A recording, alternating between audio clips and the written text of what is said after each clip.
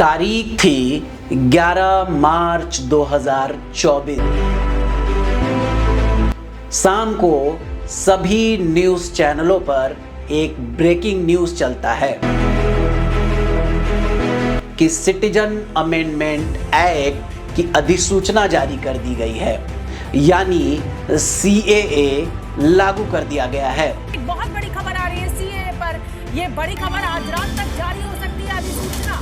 सूत्रों के हवाले से बड़ी खबर, सरकार आज जारी कर सकती है अधिसूचना। सीएए लागू होने के तुरंत बाद ही सोशल मीडिया पर एक वीडियो तेजी से वायरल होने लगा, जिसको दिखाकर विपक्ष मौजूदा सरकार पर आरोप लगाने लगी। आखिर में कौन सा वीडियो वायरल होने लगा?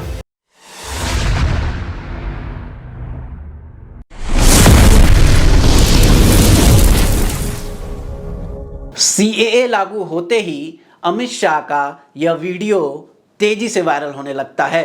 आप क्रोनोलॉजी समझ लीजिए, पहले सीए भी आने जा रहा है, सीए भी आने के बाद एनआरसी आएगा, और एनआरसी सिर्फ बंगाल के लिए नहीं आएगा, पूरे देश के लिए आएगा।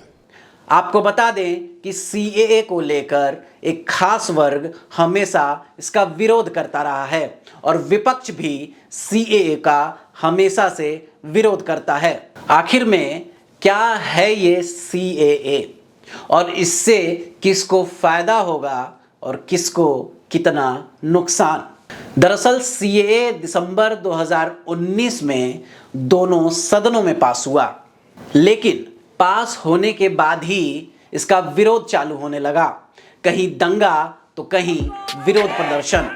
सरकार बार बार कहती रही कि सीएए को लेकर लोगों के प्रति भ्रम फैलाया जा रहा है। ये ओवैसी भी झूठ बोल रहे हैं, खड़गे भी झूठ बोल रहे हैं, राहुल गांधी भी झूठ बोल रहे हैं कि इससे माइनॉरिटी की नागरिकता जाएगी।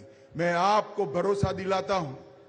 तो सीएए आखिर में है क्या और इसको लेकर देश में क्यों मचा है बवाल? तो आसान भाषा में समझते हैं। इस कानून के तहत पाकिस्तान, अफगानिस्तान और बांग्लादेश के हिंदू, सिख, जैन, पारसी और ईसाई समुदाय के प्रताड़ित लोगों को भारत की नागरिकता देने का प्रावधान है। अगर इतनी सी बात है तो इतना तमाशा क्यों, इतना बवाल क्यों? क्यों इसे गलत तरीके से पेश किया जा रहा है? क्यों इसे लेकर लोगों में भ्रम फैलाया जा रहा है?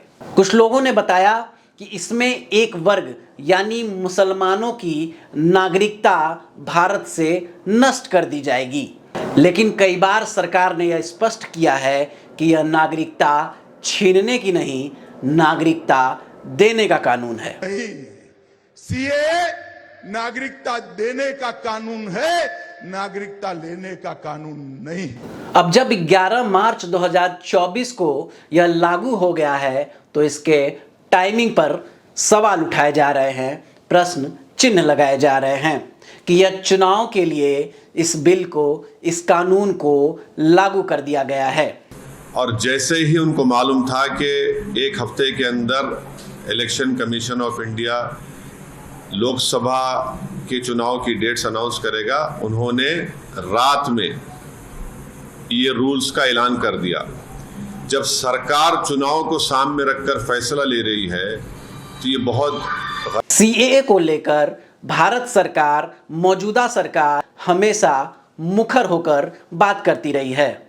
सिटीजन अमेंडमेंट एक्ट कोई अचानक से लाया गया कानून नहीं है। अगर हम मौजूदा सरकार यानी भारतीय जनता पार्टी के मैनिफेस्टो को अगर देखें तो हमें सारा मामला समझ में आ जाएगा।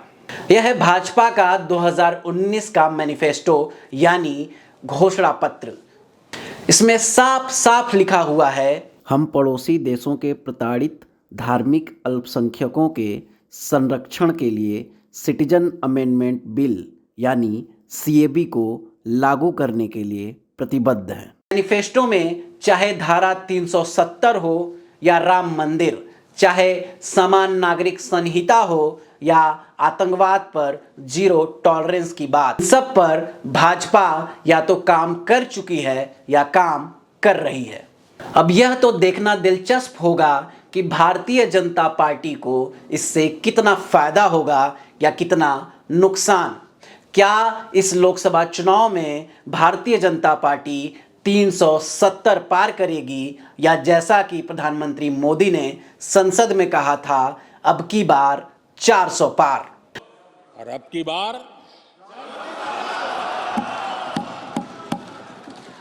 पूरा देश कह रहा है, अब की बार खड़गे जी भी कह रहे हैं। बने रहिए हमारे साथ और ऐसे ही सियासी खबरों को देखने के लिए सब्सक्राइब कीजिए हमारे चैनल को। तब तक के लिए राम राम, जय हिंद।